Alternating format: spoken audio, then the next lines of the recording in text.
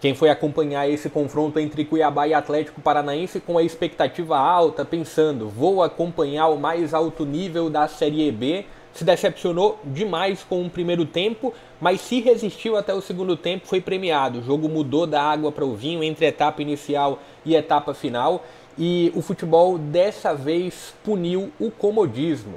O Atlético começa bem o jogo, abre o placar, domina os primeiros 15 minutos da partida, depois tem uma estratégia de baixar um pouco a marcação, mas não explora os possíveis contra-ataques, não explora a velocidade do Luiz e muito menos a velocidade do Kevin pelo corredor direito, e o futebol terminou premiando a equipe que buscou mais. Mesmo sendo um Cuiabá com muita dificuldade para construir algo a partir de um meio de campo abaixo, mas o futebol terminou premiando a insistência, terminou premiando a equipe do Guto Ferreira. Vou trabalhar um pouco sobre esse jogo, fique à vontade para deixar também a sua avaliação se você pôde ver a partida.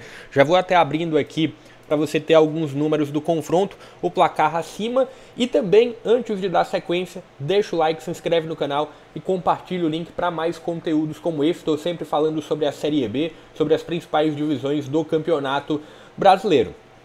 Cuiabá vence dentro de casa, Cuiabá é o novo líder, pelo menos parcialmente, da Série B, consegue tirar o 100% de aproveitamento que o Atlético vinha, um 100% com algumas contestações, longe de ser um Atlético que passeia na Série B, um Atlético que, apesar de ter superado o Paysandu em Belém, foi um jogo em que o Atlético teve muita dificuldade, em que o Atlético desempenhou menos do que o Paysandu no segundo tempo. E no jogo na Liga Arena foi um Atlético que apresentou alguma evolução, e o início desse jogo, depois de falar um pouco sobre a trajetória do Cuiabá, o início desse jogo demonstrava que era um Atlético que vinha dando sequência a uma evolução. Os primeiros 15 minutos de jogo só o Atlético atuou, deu a impressão ali de um Cuiabá que ainda estava no vestiário nos primeiros 15 minutos de partida, e foi nesse período em que o Atlético conseguiu abrir o placar, depois de uma sequência de várias tentativas de jogo aéreo. O Atlético ficou circulando a área do Cuiabá por pelo menos 5 minutos seguidos, e aí tem o gol do Léo a partir de uma bola parada. Depois desse gol, é natural, você está jogando fora de casa, você vai baixar um pouquinho mais a marcação, vou até colocar aqui as escalações iniciais das duas equipes. É natural, você vai baixar um pouco mais a marcação, mas você não pode baixar apenas a marcação, abaixar a linha de marcação e ficar esperando o adversário. Foi basicamente isso que aconteceu com a equipe do Barbieri. Um Atlético que não explorou os corredores laterais, a velocidade de Kevin, a velocidade do Luiz pelo lado esquerdo.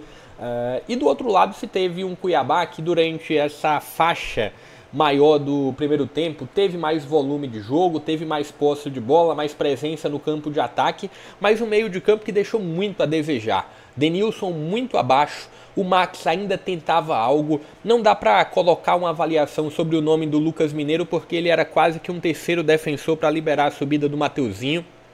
E foi um Cuiabá que teve alguma participação do Pedrinho, teve alguma participação do Sander. O lado direito, para quem não viu a escalação, estava acompanhando o jogo só por curtir, só percebeu a presença do Lucas Cardoso aos 37 minutos do primeiro tempo, acho que foi a primeira vez que ele tocou na bola durante todo o jogo. E um Derek Lacerda um pouco perdido aqui na função de 9 no segundo tempo. O Guto entra com a figura do Edu no lugar do Lucas e o Derek vem para o lado direito. Mas em grande parte, assim, foi um primeiro tempo muito pobre. Foi um primeiro tempo que frustra muito quem quer acompanhar um bom jogo de Série B. Foi um jogo em que se teve um Atlético abrindo o placar relativamente cedo e depois parando de jogar, e um Cuiabá sem conseguir criar situações. Tanto é esse retrato que eu estou falando, que as duas melhores, ou as duas vezes que o Cuiabá assustou no primeiro tempo foram a partir de cruzamentos errados. Um do Matheus pelo lado direito e um do Sander pelo lado esquerdo, que atinge o travessão do Mikael. O Mikael não trabalhou no primeiro tempo, dá pra gente classificar dessa forma. Vem a segunda etapa, o Atlético perde a figura do Zapelli, que sentiu no primeiro tempo, tem a entrada do, acredito que é o João, falta o nome agora, me deu um branco do nome do jogador que entrou no lugar do Zapelli, João Cruz, exatamente o João que entrou no lugar do Zapelli, e assim, é um Atlético que tem algum grau de dependência do Zapelli, assim como tem algum grau de dependência no nome do Kevin. O Luiz, para quem criou uma expectativa alta sobre o Luiz, ele não consegue desempenhar o mesmo que o Kevin vem desempenhando, principalmente avaliando o jogo de Criciúma e esse jogo dessa terceira rodada contra o Cuiabá. E assim, se era um Atlético com menos poder, menos volume de jogo, mesmo com a presença do Zapelli, você imagina sem ele, né? Então foi um Atlético que seguiu uma estrutura mais baixa de marcação e um Cuiabá que teve um pouco mais, gerou mais liberdade para o Lucas Mineiro. Não teve nenhuma mudança do Cuiabá no giro para o segundo tempo. E assim, teve um Cuiabá que, pela liberdade do Lucas Mineiro, conseguiu ter uma imposição maior no meio de campo, mas foi só a partir de uma bola parada que o Cuiabá conseguiu empatar o jogo. E até o gol, buscando aqui os minutos com as anotações aqui, o gol do Cuiabá, ele sai aos 14 minutos do segundo tempo.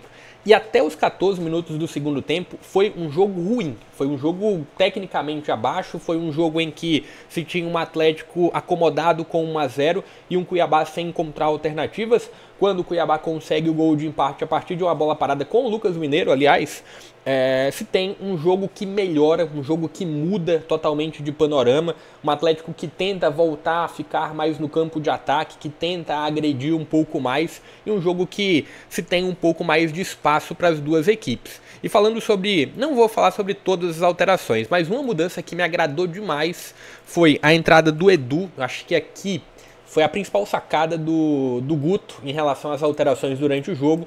Edu entrando para 9 e o Derek Lacerda para o lado direito. O Derek, como um 9, não é um grande jogador, né? Acho que ele perde muito fator de aceleração, fator de 1 contra 1. Então veio aqui a figura do Derek Lacerda mais para o lado direito. Depois tiveram outras alterações, o próprio Atlético também mexeu demais, teve a entrada do Juliano. Mas assim, numa avaliação geral, e assim, teve o gol de empate do Cuiabá e a partir de uma bola parada, e o gol da virada vem com a lei do ex, né? Vem com o Pedrinho, que foi muito contestado na passagem pelo Furacão, e um gol que tem uma falha absurda do Palacios, né? Do Ener Palacios, ele tenta recuar para o Mikael e entrega de bandeja o gol para o Pedrinho, que define muito bem, fazendo valer a lei do ex. Mas assim, até o 1-1 foi um jogo ruim, depois do 1-1 o jogo ficou um pouco mais aberto. Chama muita atenção para esse lado de um Cuiabá que encontra muita dificuldade para criar, esperava um pouco mais do Denilson. O Max foi expulso no final do jogo, mas foi um dos homens do meio de campo, avaliando o Denilson e Max, foi o que mais teve algum destaque, né? Quem mais buscou um pouco mais a partida.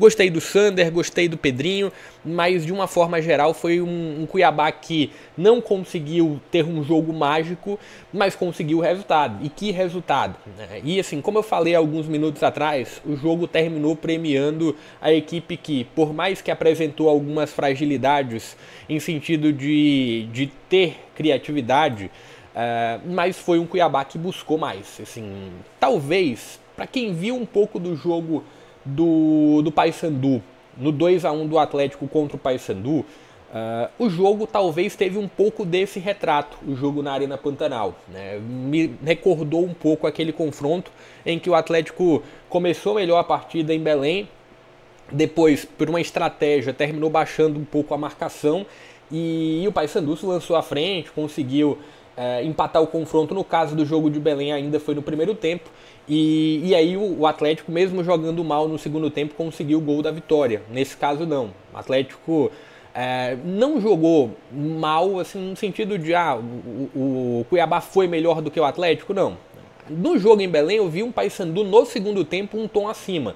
Aqui não, aqui eu vi duas equipes com deficiências, duas equipes com problemas, mas se teve o ponto da falha do Palacios e se tem um ponto de sentir muito um comodismo do Atlético Paranaense com 1-0 na conta, o que é muito perigoso para qualquer divisão do Campeonato Brasileiro, né? Na Série B, contra um Cuiabá, que é uma equipe que tende a brigar para subir também, foi um Atlético que sentiu isso. E vamos ver a sequência agora com a baixa do Zapelli, se ele vai para o próximo jogo ou não. Enfim, é um ponto que também gera alguma preocupação. Deixa o like se curtiu o vídeo, deixa um pouco da sua avaliação também, se inscreve no canal para mais conteúdos como esse. Durante esse meio de semana tem vários jogos, inclusive tem Clássico Goiano, tem Goiás e Vila, em que eu vou trazer avaliação tanto pré como pós. Tem outros confrontos também da primeira divisão, enfim, fica ligado aqui no canal, deixa o like se curtiu o vídeo, se inscreve no canal também. Deixa eu ver se teve mais alguma anotação aqui. Só mais uma anotação extra aqui, né? O segundo tempo do Atlético, mesmo depois de ter tomado um gol, o segundo tempo ele foi um pouco mais aberto, mas o Atlético ele teve um intervalo de 20 até 40 e de 24 minutos do segundo tempo até os 20 minutos sem finalizar uma vez no gol. Isso é um ponto que chama alguma atenção para esse Atlético do Barbieri. Mas enfim, finalizando o jogo por aqui, deixa o like, se inscreve no canal, compartilha o link. Até a próxima.